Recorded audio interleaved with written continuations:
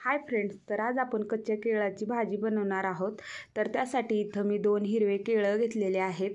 केळं स्वच्छ धुवून घेतले, त्यानंतर ना याच्यावरची साल काढून घेतली। आता साल काढलेले केळं साईडला ठेवूया आणि लगेचच ना ताटामध्ये पाणी घेतलं आणि ना हे केळं ना ताटामध्येच अशा चकत्या करून घेतल्या। तर बघू शकता आपण जसं चिप्स बनवतो ना तसं कट करून घेतलेलं आहे।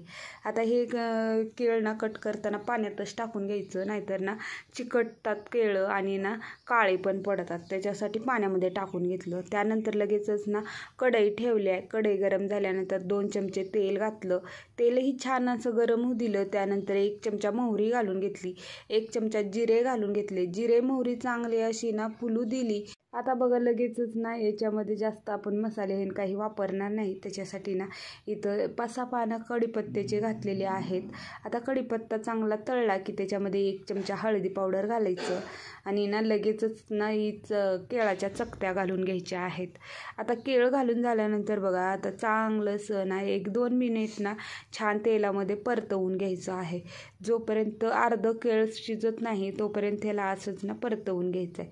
त्यानंतर ना चवीनुसार मीठ घालायचं आणि मिक्स करून घ्यायचं। मीठ घालून झाल्यानंतर बघू शकता छान असं ना आपल्याला दिसू शकतं की इथं ना केळ छान असं ना 50% असं शिजलेलं आहे। त्यानंतर आता याच्यामध्ये ना काही मसाले ॲड करायचे आहेत। इथं मी ना अर्धा चमचा लाल तिखट घातलेला आहे।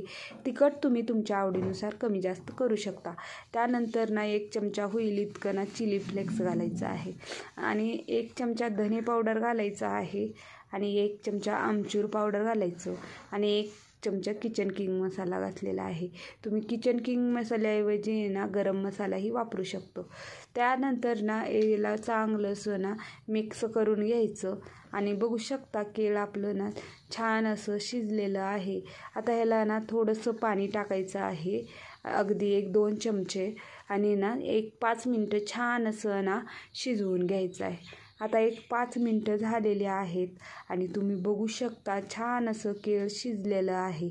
त्यानंतर बारीक चिरलेली कोथिंबीर घालून घ्यायची आणि चांगलं असं मिक्स करून घ्यायचं आणि एकदम सोप्या पद्धतीनं अगदी कमी मसाल्याचा वापर करून आपली ना कच्च्या केळाची भाजी तयार झालेली आहे। या भाजीला तुम्ही भाकरीसोबत, चपातीसोबत, भातासोबत कशासोबतही तुम्ही ही भाजी बनवून खाऊ शकता। खायला एकदम चविष्ट आहे आणि एकदम हेल्दी पण आहे आणि अगदी 1-5 मिनटामध्ये तयार होणारी रेसिपी आहे।